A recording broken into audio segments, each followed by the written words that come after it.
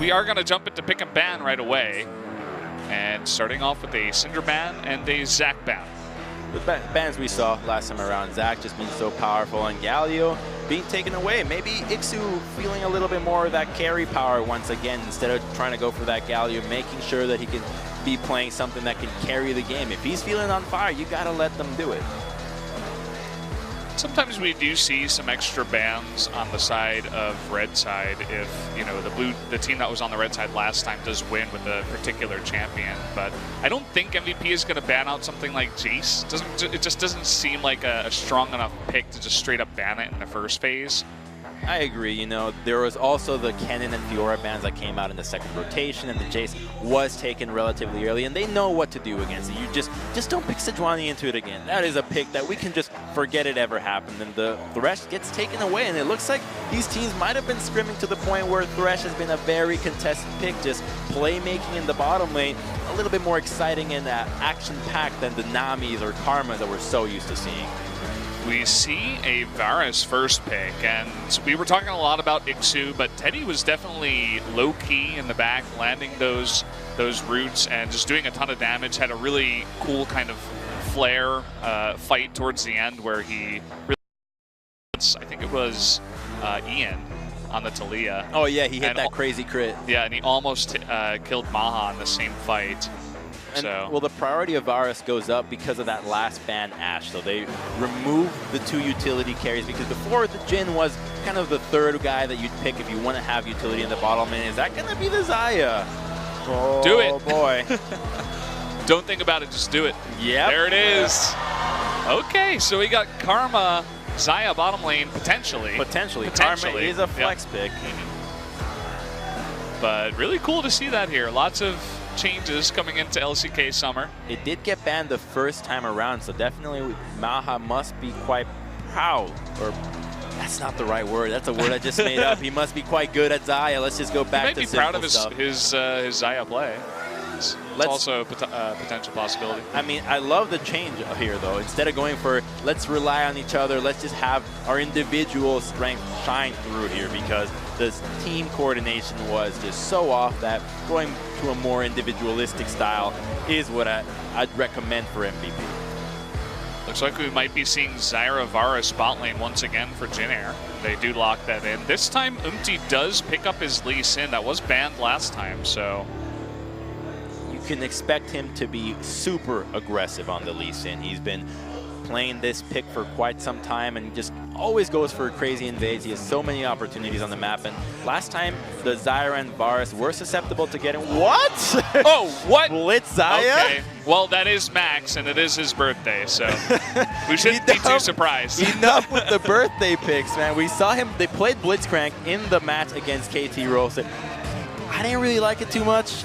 You know, Blitz doesn't offer a whole lot besides hook. If you miss hook, you don't really have a whole lot.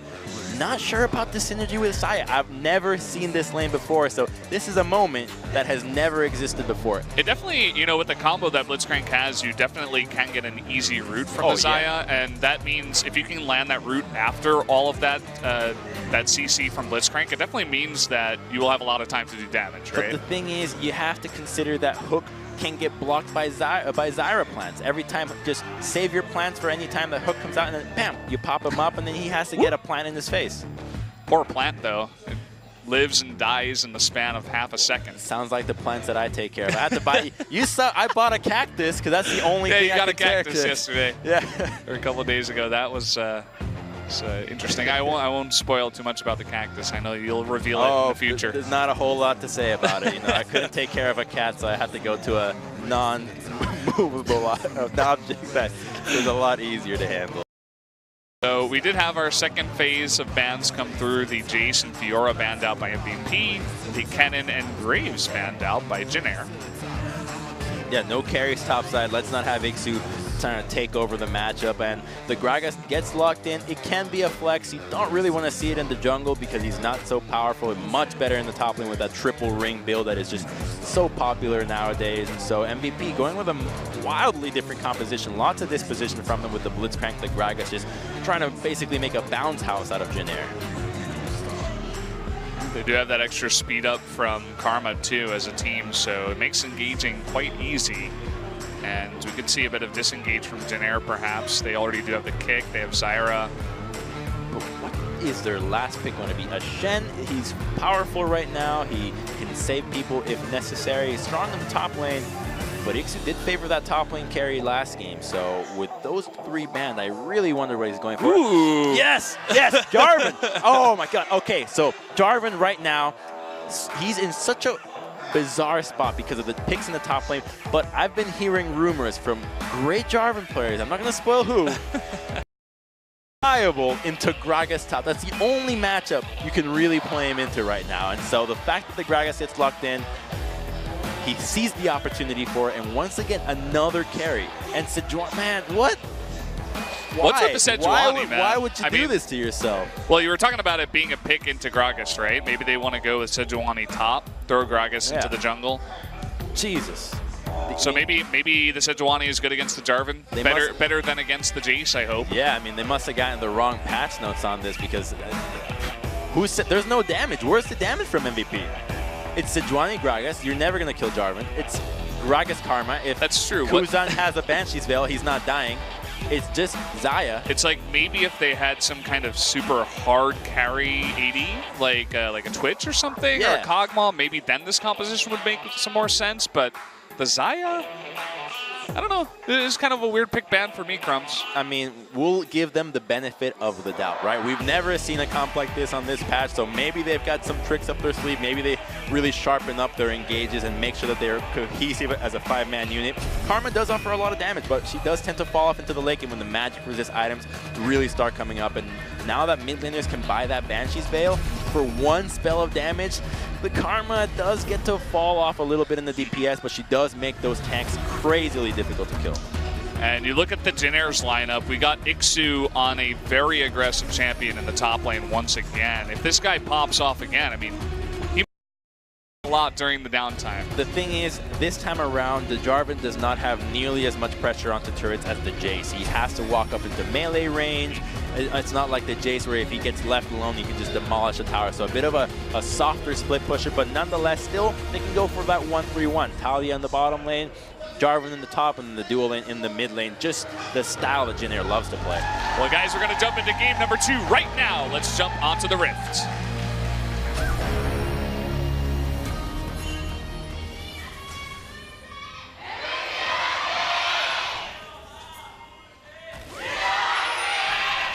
You know, I just want to see who's the person that starts it. It's always like a secret, you know. They're hidden somewhere in the crowd. You gotta find out who it is because it's usually the same person. Because these fan clubs, Crumbs, they're very well organized. They get together before and after the games. I've seen some videos about them, and this fan club might get a little excited to see MVP going for this Blitzcrank 5-man invade. But if Jin-Air did any research, they would have known that MVP did this last time they played Blitzcrank. So nobody in the bottom lane to fall for it, and instead they will go respond by invading their own opponent red side jungle. Jesus. Yep. There, you got it out. It's a tongue twister there. But they actually just had the 1 ward in that Tri-Brush too, so it seemed like they knew exactly where MVP would come from. So great read by Jin-Air. You just don't have to really give anything to Blitzcrank. Just don't give him the light of day. Don't get hooked and wait it out. It's as easy as that. Ah. Easier said than done. Tell that to all my 80 carries that I play with in the bot lane. You play support? Occasionally. You know how solo queue is. Sometimes you get thrown down there into the bot lane. You know, I saw a guy that picks Phil. Apparently 70% of the time you get Phil. If you go Phil 60% of the time you're support. I mean, it's probably the least going into solo queue, so it does make sense. Kuzan actually picked up 2 of the Raptors, so he's going to hit 2 off of this wave. And what matters most, not just him hitting 2, but denying the Gragas from hitting 2. So now Beyond has to continue to jungle for that. And once again, Jin-Air is so good at doing this, denying the jungler. In the promotion tournament, they focus the jungler, and when you focus the jungler in a team composition like what MVP has, that has, for the most part, lanes that will struggle, if there's nobody there to gank, then the composition just slowly bleeds out. And if they can passively start getting advantages and passively hit the towers, then Jin-Air is going to be in such a good spot because we've seen them improve the macro play, and this is just a macro 101.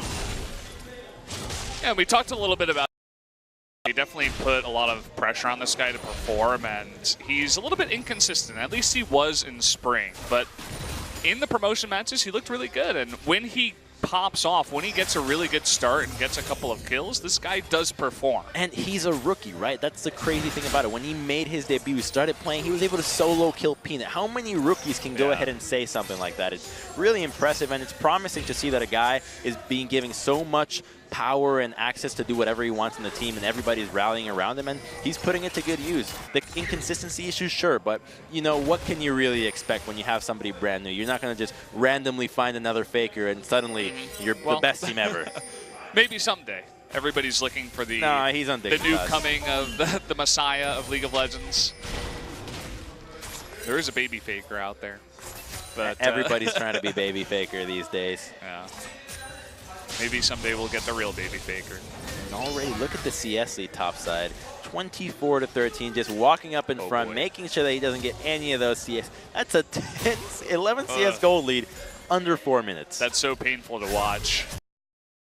Abilities, which just damaged the backline a little bit too much, and so he lost all three. Yeah, this Sejuani pick, really not feeling it. I mean, the ultimates have to be much more on point than previously for me to feel confident about it. Yeah, and the damage has to be there. I mean, not sure where we're going to see it from this time around, but we'll just have to wait and see. It is still very early on in the game, just 4 minutes in.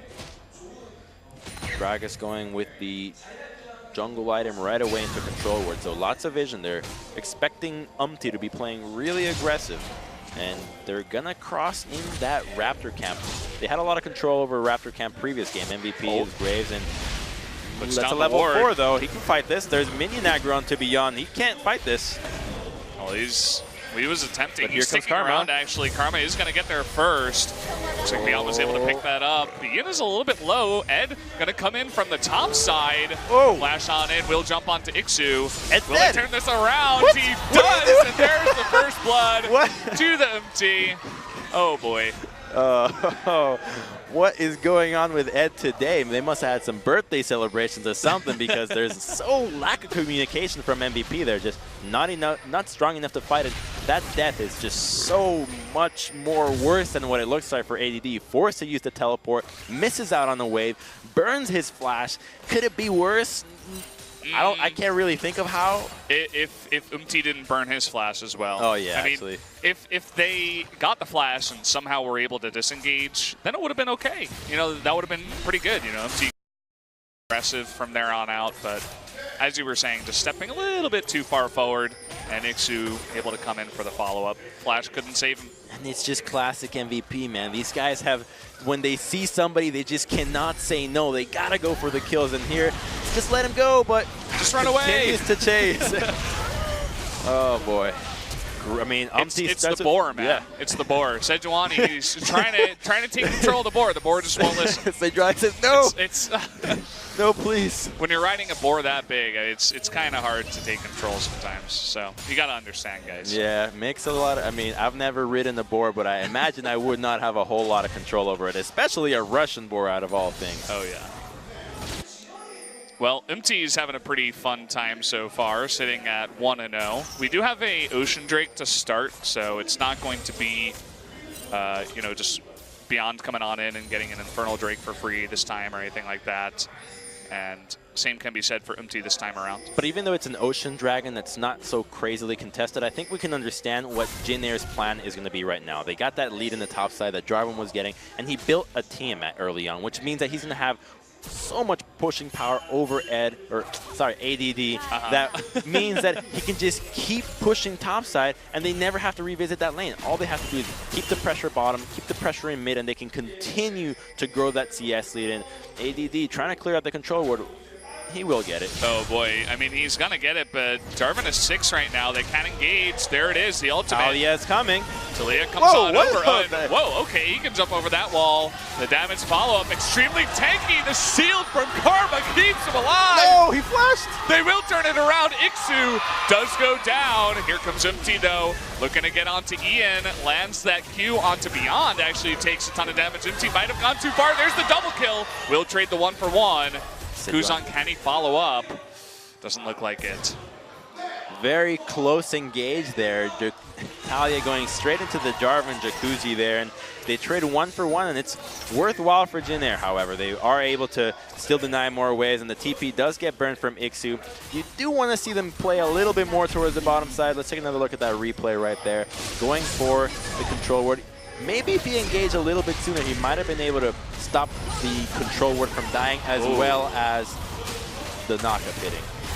Sick ult by ADD. He hits Kuzan as he's coming on the wall, and that reduces so much of that follow-up damage, keeps him alive. So they pick up the first kill onto Ixu, and then Umti looks like he was, you know, trying to set something up with Kuzan, but ended up trading just 1-for-1 with double kill to Beyond. They're trying to go for Karma, but she has flash still. She's not the easiest champion to kill. Beyond, there is no Cataclysm, so it might result in just a red buff steal. That's a 3-on-3, nobody else in sight. They want to turn on to ADD. So much action to start this game off, and the red will go over to Beyond. It looks like Dinner, they just want to disengage, but the stun onto Ixu will come over the wall. Beyond is the only one to make it over. The cask does knock him back, but also the kick from Umti will knock Beyond out of the pit, and everyone will survive. The red buff goes the way of Beyond, so in the end, the Jin Air invade just results in them getting chunked out and having to recall. So Jin Air, not too thrilled about this. The early game, while it looked promising on that first blood kill, and nice flash hook. There you go, that's Max for you. Welcome to LCK with MVP, and trying to turn it around here is Teddy, but he has no mana, so it's kind of the sad play. So that's a nice play by Max. That's the play that you want to see on Blitzcrank. Blitzcrank doesn't offer a whole lot without his flash, but every time you got that move, it's such a strong playmaking potential. You can go for the flash fist, flash hook. Hell, you can even do a flash ultimate, and it's still a very powerful tool. So he sets it up. You can see the effect in the bottom lane so far. It looks like Maha is up about 16 CS. And we're going to get a nice little replay of that. Yeah, the flash hook past the plant. Unfortunately, he flashed in the line and still connects. And he does get out. So Max, no more summoners, doesn't have the ignite, no flash. Which just means that a Weaver's Wall to the bottom lane will be death for somebody. And we want to see these teams punish the flashes. We know that they can do it. And Max, he sees Umti, says, okay, I'm out of here. But they scout out the jungler, and now Beyond responds as well. Lots of action going to be happening in the bottom lane. Talia positioning for a... They do call out the Mia, and they will retreat. Yeah, they were thinking about it. And it looks like MVP is actually grouping up towards the river. We'll pick up the Scuttle Crab together. But nothing really happening. Yeah, the Scuttle Crab really making sure that nobody can sneak the dragon or do it right away. But Umti's able to sneak into the brush, and there are chains of corruption available. So anybody that gets hit by these will surely go down. Needs to land it, though. That's the real key. Can't Snowflower land it, too. He doesn't have his flash. Oh, but here comes Gragas. Beyond. Okay, this is going to be a 3-on-3. But there's double TPs on MVP, though. Oh, here we go. The hook will miss. There's the chain of corruption, and immediately Max gets popped. No follow-up potential possible from MVP. They will pick up a kill. Just too quick on that control, alt, delete. I mean, Blitzcrank, if you ever played Blitzcrank, you are not a tank. You are not a tank. Your itemization makes you tanky, but the champion itself is quite squishy, especially when you're going with so much money invested early on with mobility boots. You're very mobile. You're driving a car, essentially. Mobile straight to the bottom lane. That's about it. Oh, the traits here, actually. It seems like Sejuani doesn't have a bad time, but here is Kuzan. Another really nice stun landed up, and the flash away from Ixu. And, the knock up there from Kuzan will be enough. Meanwhile, a trade in bot lane. Teddy getting extremely low. Baha will finish that off. Will Ian pick up the kill? The last auto attack will do it. Meanwhile, in the jungle, there's just so much action in this game. Everybody's just dying in this game, and the teleport gets blown topside, trying to maximize the CS, and MVP looking to maybe make a push for this bottom lane turret. There's nobody alive looking for that first brick. There's true damage on the auto attacks from Red Buff, and yes, this is going to be first brick, so MVP with a breath of life in this game. What's seeming... Oh, what is that TP? That's not going to go through. Okay. What? What? Well, all right okay, then. well, questionable. We questioned Question it, mark, and they got question mark. answered by the cancels on both of them. Yeah. Iksu just getting cheeky. Wanted to force out the teleport of ADD. But I want to. Oh, so there's a recall on Lee Sin going, and that's where the fight's going on bottom lane. But you know, it's so hard to fight the Xayah 1-on-1. Her ultimate with the ability to make her untargetable is such an obnoxious. Nice play, the swag barrel. Takes a drink on his way out. Bit of celebration. He deserves it. Really nice play by Beyond. Oh, we might have a clash up in top. Wait, did he not see him? He must have seen him. He He's doesn't just even too tag. seem He to just care. doesn't care. He's like, yeah, whatever. I'll just go get my CS or not get any of my CS. It's going to be an Essence Reaver again on Maha, this time on Xayah. She does offer a lot of utility with her ability to root somebody if she hits those triple feathers back. Yeah, it's like the CC team from MVP. Every single person on their lineup has a bit of CC. They can dive this champion. The kick. Oh, but she's just so tanky. Oh, and MT's tanking it too. And Iksu himself isn't tanky really, so nothing really going to happen there. They're just going to force down the turret. They acknowledge that they're going to lose that Ocean Dragon, so at least trying to trade something for it. But Umpty, once again, being the one tanking the turret. Got to be careful, man. Who's on? Oh, he might. Oh, hook goes wide. That's not the Blitzcrank you want to see. Yeah, Max probably expecting the flash, I would assume. But MVP right now putting the 1-3-1 to good use. Ian going into the bottom lane while he doesn't have teleport. He's pretty good in the side lanes. Karma is relatively tanky. She can get out of any situation pretty safely with her incredible speed boost. And putting the dual lane into the mid lane when you have a Blitzcrank just opens up the map for you for roams non-stop. With mobility boots, your overdrive, you can just zip and zoom anywhere he wants and hopefully get hooks if his accuracy improves. Yeah, I think he was just trying to do the 400 IQ blitz hook there, but actually the real 400 IQ play is not flashing. You know what they say, like bronze is where you walk in a straight line, and gold is where you dodge to the left, and challenger is where you're like going back and forth, but then 400 IQ is where you just walk in a straight line again. I've never heard of that You before. never heard that? No. But I'll It's a real remember thing. now. So 400 IQ is that one. I'll have to remember that one. What about the 200? Because that's double. That's just, you know, 400 is a double one. That's where it's like the faker play, where it's like you got the sick jukes, you got your Nikes on. But the real play is just to act like you're bronze and you just walk in a straight line because your opponents are trying to read your jukes, but actually you don't juke at all, and that's the real play. Exactly. How can you figure out something that is undefined in itself? That was the real play by Kuzan. He's the real hero. Speaking of heroes here, Iksu not having as much success this time around. The Jarvan really not capable of punishing the Sejuani as hard as the Jace was. The CS advantage is there, but unfortunately it doesn't amount to crazy turret pressure as a Jace or another ranged pick might, like the Kennen. He's in a similar spot with the timing of the turret going down and the CS gap, but as you said, the pressure is not the So same. there is no flash on Karma, and they're really trying to go for this kill. Oh, she's so dead. She's so dead. There's the knock-up into the queue.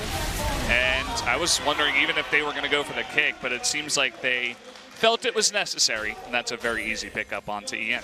She just has only magic resist straight with the utility item from the get-go, the Athene's Holy Grail.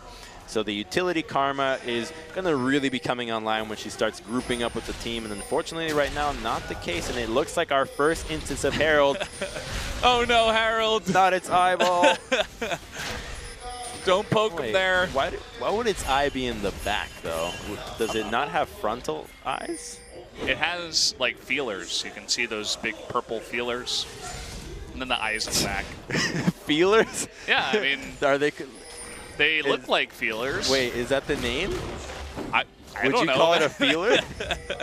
It's either feelers or like antlers, you know, but it doesn't What about look like... antennas to like sense with almost like an echolocation Yeah, but that's kind of thing? similar enough to feelers, right? Beyond is trying to put on the moves onto Snowflower, but Snowflower I've just never is heard. tanky enough. You made the word feeler up right No, now, no, right? it's a real word, I swear. I'm Googling that after, see who has feelers out here. You're gonna keep my my casting up to standard. Make sure I'm not making up words here. Hey, I don't mind making up. True poetry makes up words. That's true. Just pull a bit of Shakespeare on the broadcast. If you can make a sonnet out of your cast, my God, then your ability is beyond anything else. Well, Beyond didn't want any kind of play in there. He was totally out of the way, and Ed just like throws his ultimate in and then awkwardly walks away. Every skill shot just missing left, right, and center. Just it's all for parting shots there. Make sure you get out of the way, or you're gonna get run over by these crazy plants. You know, it's definitely trying to zone them out. What? From the turret. Wait a minute. That's everything is missing right now. This looks ridiculous. That's a 2-creep defense when Zyra's ultimate gets blown for it.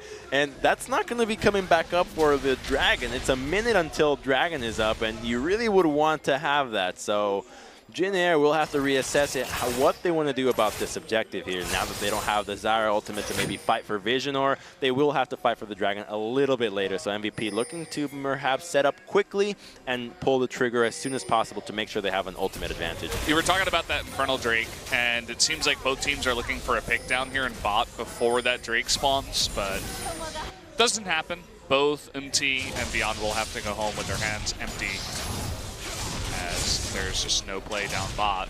Just missed that, man. Just missed.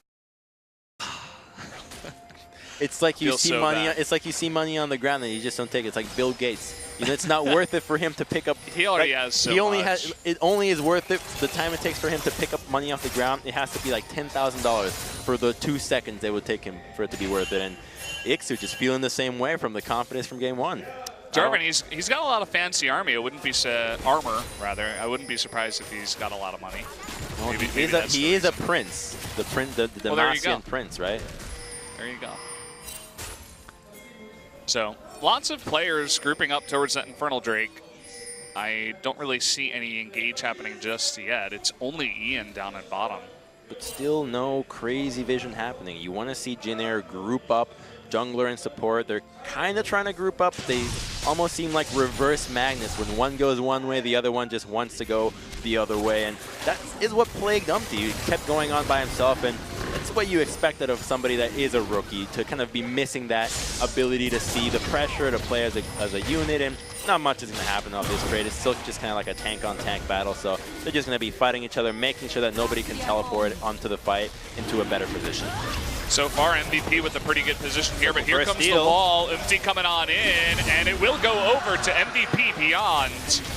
The veteran player will pick up the smite. There was a hook, but a flash away, and now Ed getting a little bit too far deep and might meet his fate. He does get the stun onto MT though, and he's extremely tanky. Will just walk away from that, and MVP picks up the Infernal Drake. Nobody dying on either side.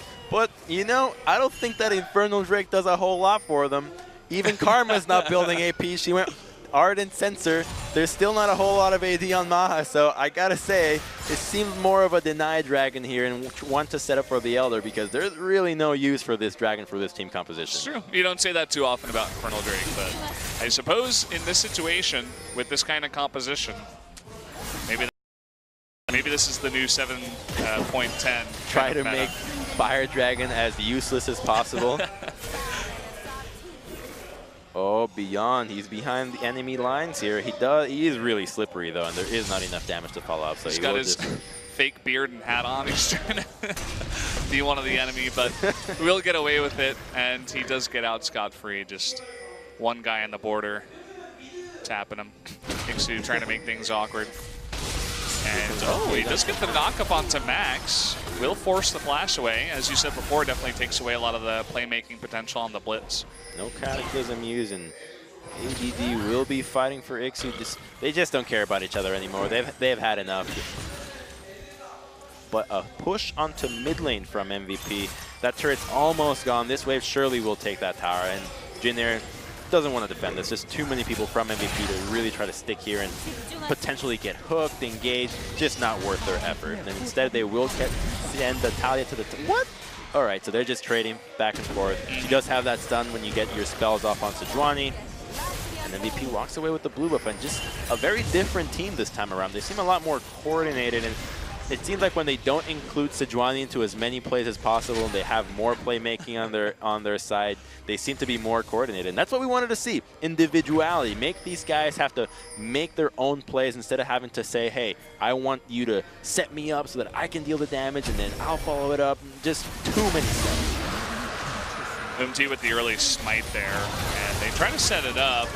Looks like Kuzan was the one that got hooked, but immediately flashed away. So ADD was dashing back to his team and then flashed into the enemy team instead and walked away with his life. So, you know, I don't know if that's style over confidence or just lunacy that we can't comprehend. ADD, he is really angry that everybody's mentioning Max about his birthday. He's trying to take all the attention away from Max by making these flashy plays, but I haven't been impressed so far, ADD. He might just be salty that Max gets to play whatever he wants now. Yeah. Because of his birthday. You know, I wish when that was my birthday you could do whatever you want, right? I just played video games on my birthday. I was like, hey, can you not block my computer? Can you remove the parental control and let me game 24/7? Well, trying to set up something here in mid is Kuzan with that Weaver's Wall, but beyond actually dashing over. Here comes the TP. That will be canceled. That was Karma's teleport, and Sejuani was looking for a flank, but just really lack of coordination from MVP. That's what happened last time around. No, come on, don't do this one. Don't do it. Don't do it to us. Okay, he didn't throw it out. At least we got spared. He was thinking about it. But as is the case in a lot of Jin Air games, they think about it, but they don't actually do anything. Hey, you know what they say, right? It's all in your head anyway. So if, as long as they're thinking about it, they might be playing a completely different game than what we see on screen. Does that mean we can just make up our own half, half of the game here, the mid game? Yes. And in this half of the game, MVP decides to rush Baron. And initially, whoa, what? Oh, will he get out? Oh, he's dead. Oh, he's so dead. That was okay. Well, you talked about MT being a rookie and the inconsistency. I think that's definitely a play that showcases it right there. And it's happened so many times before, just going by himself. They're going to force his Baron out. There is no smite available, but they're not in crazy range to follow up. They have to make the move quickly, otherwise Baron will go down to MVP, and they're going to commit to taking it. Well, we'll see if they can land that smite. Should be pretty easy. Ixu flashes in. He's going 1v5, gets a knock up, and is trying to do damage to Ian. And you can see MVP just trying to pick up as many kills on their way out as possible. Jin Air just engaging 4v5, desperately trying to deny that Baron, but will not pay off. And my God, it looks like the lack of coordination from MVP has just been caught by the bug from Jin Air, because now they're doing the same thing. Varus goes late. Are they trying to defend Baron? Are they trying to push for mid lane? So undecisive, and they get none in return, and they will just lose 2 people for it. And Snowflower, oh boy, he's just not blooming today. Poor guy. Will get taken out. I was questioning, how far was MVP going to actually chase the support throughout Summoner's Rift, but as far as it takes, man. Gold is gold. Yeah, and everybody's pretty healthy, so they're able to group up here in mid and go for the push anyway. They throw Sejuani down bot. They have a couple of lanes pushing at the same time. And the crazy thing is that we get to see the new patch. We have Xayah, but the game has just not revolved around her at all. Everybody else has really been outshining her. She's just there to clean up kills and has been relatively silent throughout the game, even though she's 4-0-0. Yeah, she has the most gold in the game, but as you said, it's really just clean up from the Xayah. Maybe that's the play from them. They want an ADC that has some pretty hard CC. The Ashe was banned, the Varus was picked. No one really plays Jhin anymore, so pick up the Xayah and then just get a bunch of CC on your team and let Xayah do cleanup. Exactly, and when you have so much protect with the Karma and just the front line of Sejuani, Gragas, come on, one auto. Minty's got it. Yeah, definitely true. Xayah's been very well protected, and curious to see if Jin Air actually has an answer, if they can grab their mental, as they say out here in Korea, and put something together to bring back this game. They're looking for a pick onto Max, but there's the teleport, and they will try to engage. The tether follows through. There's no follow-up on this one. Ed's by himself. Ed's all by himself, but so is Ixu, and he will go down. He was trying to go 1v5 at the same time as ADD, but Ixu a lot less tanky and MVP a lot farther ahead. I think they have that new item, the protective helm, the one that gives you that crazy extra amount of resistance in HP by just being in front of everybody. But MVP, screw the dragon, they're going straight for mid lane. This is going to be a mid lane inhibitor for them in return. Jin just have no answer, and I gotta say, I'm not liking this Jarvan at all. It has not been working, and it seems like he's trying to do the same thing that ADD is doing, but the champion's just not for it, because ADD is so tanky and nearly impossible to kill at this stage of the game. Yeah. It's also really rough when you're this far behind. I mean, he had a good laning phase, but after that, he didn't pop off in the same way that he did on the Jace, so he's not extremely fed. He doesn't have the burst damage on the champion of Jarvan to be able to... Nice hook. Okay. Nicely done. Yeah, he doesn't have the damage for the follow-up, and he's too far behind, so it's been very lackluster in this game for sure. And we're seeing the Jin that did get placed in promotions last split. Just really not coordinated, unable to find anything proactive, and it's a weird game to decide because it really looks like MVP has this one in the bag at this stage in the game. Jin seemingly has no answer for what MVP is doing, just running them all over the map, and it poses the question, what's going to happen in Game 3? Who's going to show up? Are both these teams going to play at the peak of the performance that we saw in Game 1 and Game 2? I sure hope so. What? Whoa. All right. I love your reaction every time the Sejuani throws out the ult. You're just like, what? What the hell? It's so confusing. Look at, he's going in by himself once again. Oh, the hook onto Maha or Snowflower. Nice fireworks, and a lot of damage is being put onto MVP, but they're just too far behind at this point.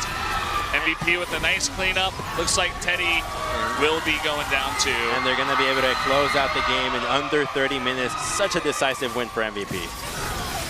Damn, when did MVP's fan base get so huge? The screams have been really loud here as they're finally able to pick up their first win. It's those little things they're handing out, getting everybody pumped up. You hand out something physical to touch, and you just get so rallied up behind it. Well, there you go. This is going to tie up the series 1-1 as MVP takes game number 2. And as you mentioned during that game, this looks a lot like the MVP that we saw in Spring Split. Super well done by them on the coordination.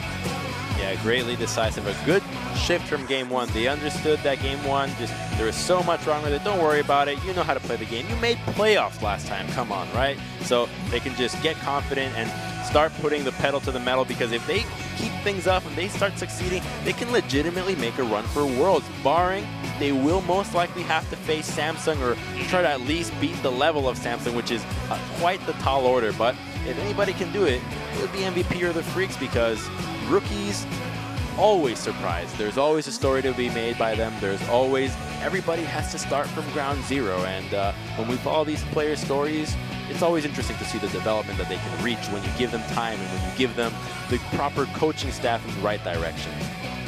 Yeah, very true. I mean, you look at what happened to Haru when he went over to Samsung. That guy was so good in the spring split. We'll see what happens in summer. But we're going to take a look at some of the replays here.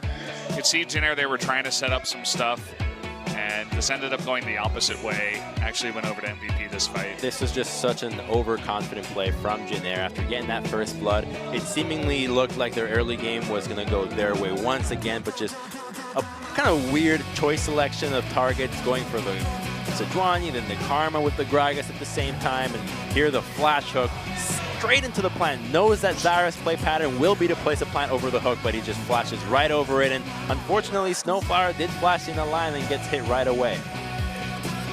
And you can see some overconfidence once again in this replay where Teddy tries to take the 1v1. They don't see Ian coming down. And I think this ends up being a 2-for-0. Oh no, it's 3-for-0. Yeah, the 1v1 nice in the jungle at the same time. Nice hook there from Max. Oh, I thought he actually just went You thought he ward hopped in there? Yeah, no, I thought he jumped in. I was like, okay, that explains a lot more. Give him some credit. Okay, I get it now. So fantastic hook by Max. He actually made that blitzcrank look kind of cool. Blitzcrank always looks cool, though. Even if you fail, I think you get cool points just for picking him. You get cool points just for being allowed to have Blitzcrank in consideration for your champion pool. This is the Jarvan 1v5ing it once again. You never do that. If you're Jarvan, you got to have the follow-up from your team. You're not playing full DPS Jarvan. You see MVP just running it back. How are we going to do it game 3, guys? Should we do Blitzcrank again? What are you guys thinking this time? Yasuo support? Sound good? Hey, Zach support, right? Maybe that's the one. What can Max do? There's Bard available. There's such a wide champion pool available in so many roles right now that it really gets you rallied up to see what the next match is going to be, because you can add so much flavor. The metas get so different from who you scrim all over the world. Each person is going to have a different idea of what counters in, what is just not good into maybe the Blitzcrank. Is Blitzcrank viable more than ever now? Could it be that the pick spreads out? Could it be? I don't know. We've been seeing a lot of Zyra, and you said it's basically a counter with the plants, but kind of, if you can flash the plants, I mean, it's this extremely squishy target that you can blow up immediately. Ideally, you don't want to flash in a straight line. Yeah. But you get nervous. When you see somebody flash towards you, you panic flash. It's like Rengar. You know, when you hear Rengar jump, you immediately flinch. Yeah. I mean, you see a giant transformer bursting at you, you're not going to be all super calm and collected. So let's take a look at the result, see how this game went. I think MVP won. Yeah, it looks that way. You guys can see the bans and picks, how it all went down. Zach being banned all the time, as is Galio. And Talia actually had the most damage in the game. Yeah, lots of damage to the front line. Just when you're dealing with beefy guys in the middle, it's really hard to hit the backline, so you end up just blowing all your spells into the guys that are closest to you. And unfortunately, even though your damage does go up, their HP does not go down. And so the Talia, not the greatest person at killing tanks. So the composition from Jin Air not going their way this time around, and we'll likely see some sort of readjustment for game 3. Yeah, let's come back in just a few minutes, guys.